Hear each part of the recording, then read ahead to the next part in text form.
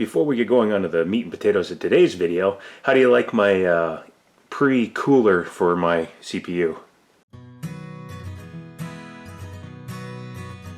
Hey guys, Joe here. Thank you for checking out my channel. If you're new to the channel, maybe consider giving me one of those. That'd be a thumbs up. Maybe use my Amazon affiliate links down below and help the channel grow so I can do more things like what I'm about to show you. Now, what I'm about to show you is a custom PC build I'm doing just off the cuff because as many of you know, I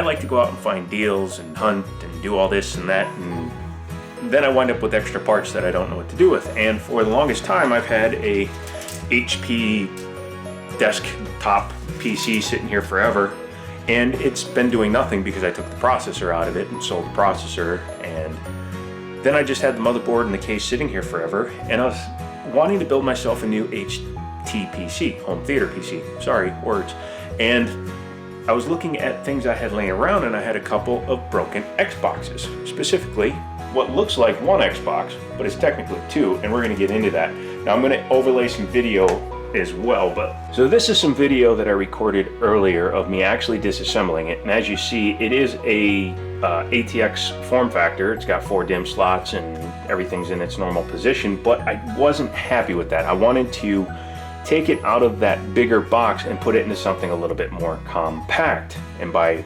disassembling it completely, I was able to see which parts I could use, which parts I couldn't use, which parts I was going to be stuck with. And as you can see, some of the parts in here are the parts that I had no choice but to keep, such as the power supply, because this being a Dell or HP in this case, a pre-built system, it uses a proprietary power system. Plus I wasn't planning on doing any real gaming with it, so it really doesn't matter.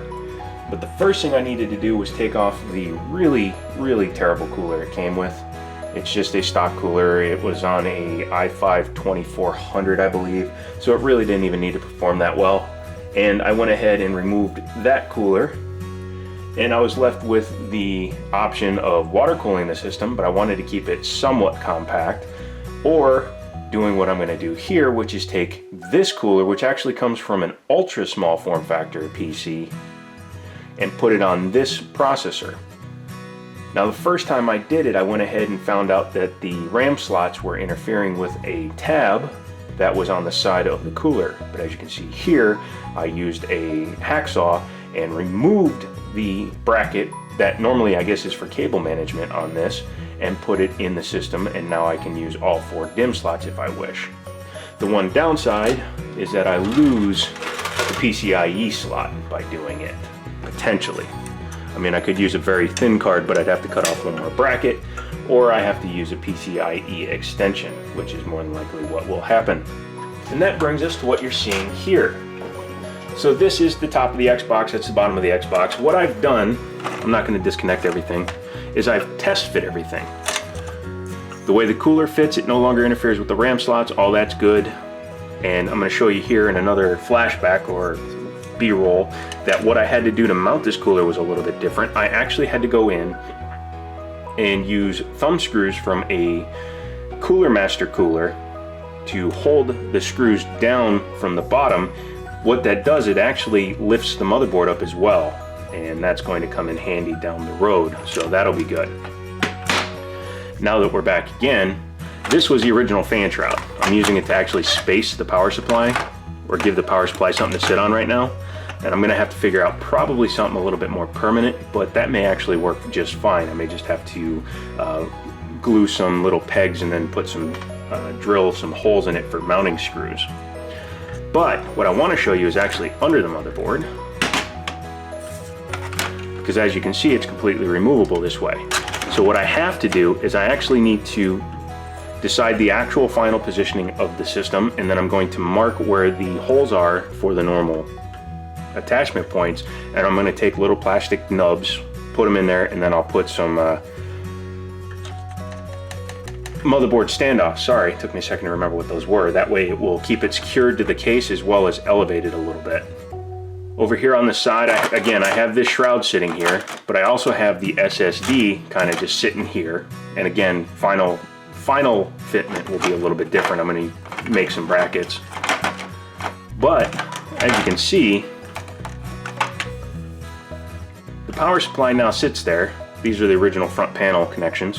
They're going to actually come out of the side, and I have to mount something for that. But what I've decided to do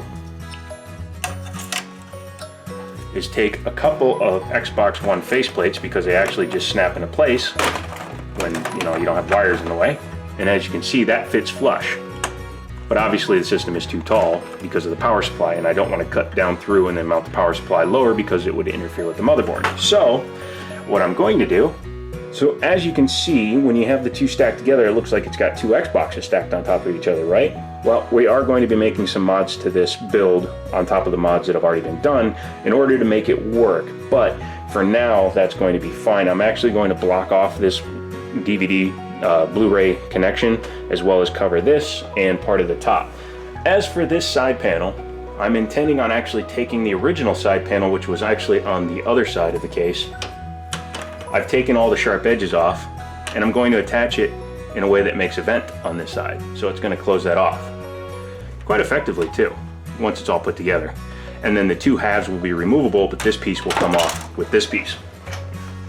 As for this side, I'm going to have to probably make something, maybe using a piece of plexi, because I do need to mount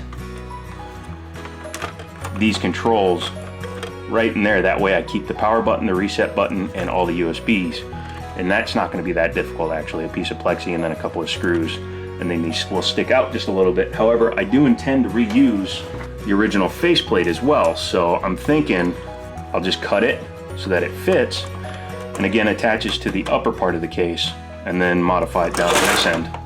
But to show you that the concept actually works, next thing I'm going to do is actually hook it up and power it on. One thing I do have to do is I do have to use a flexible extension for right now. Again, I'm going to be modifying it to make it work, but for right now I do have to use a PCIe extension. But when all said and done, it's actually going to sit flat and allow the card to breathe through the top vents of the system.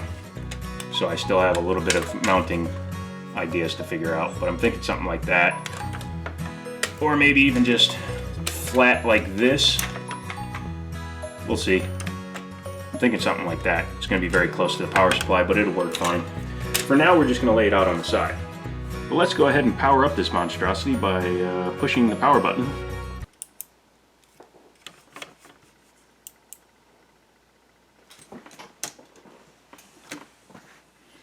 Oh, yeah, probably need to hook up the power supply. And of course, Windows updates. So if you hear,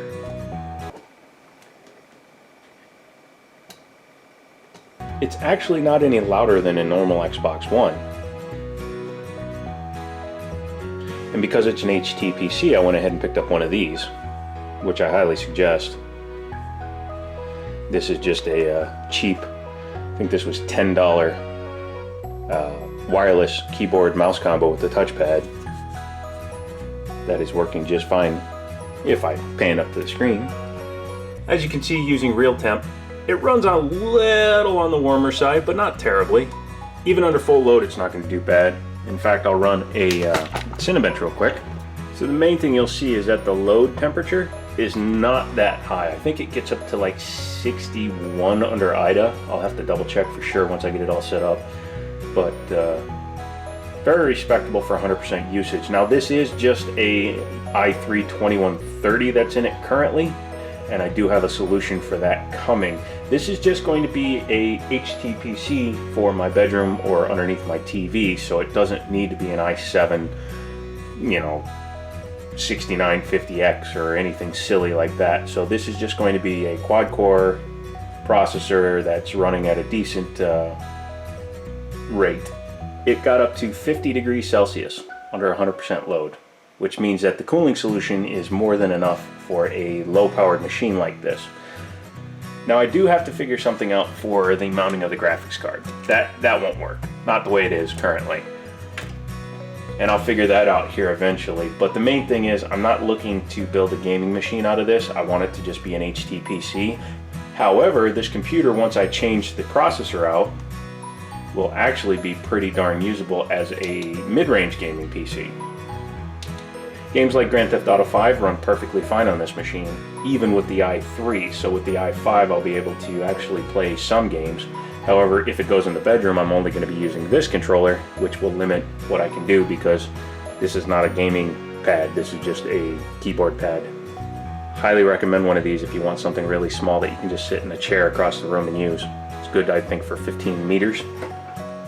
So that being said, what do you guys think of it? Do you think it's a good idea? Do you like what I'm doing? Do you like the idea, the path that I'm going? The next video will be showing the actual modifications to the case as well as the official mounting of the motherboard in there, because right now it's just sitting in there on top of the 4 pegs for the cooling solution, and I don't like that. I want something a little bit more permanent that's actually separate from the case itself, although this is just ABS plastic, so it's not like it's electroconductive, but still I don't want to short anything out should anything else touch it. So I'm going to mount some motherboard mounting screws. That's just the monitor, not the computer.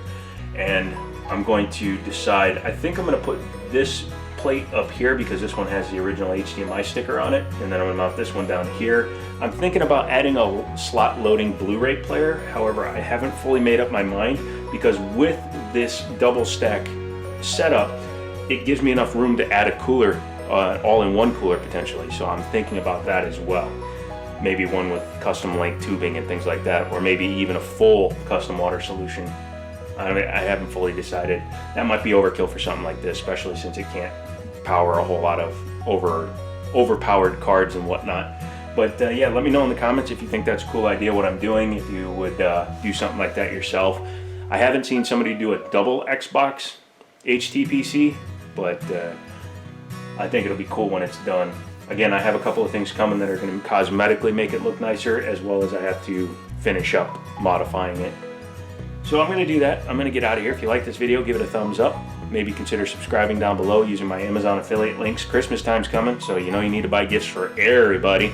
And as always, I'll talk to you later.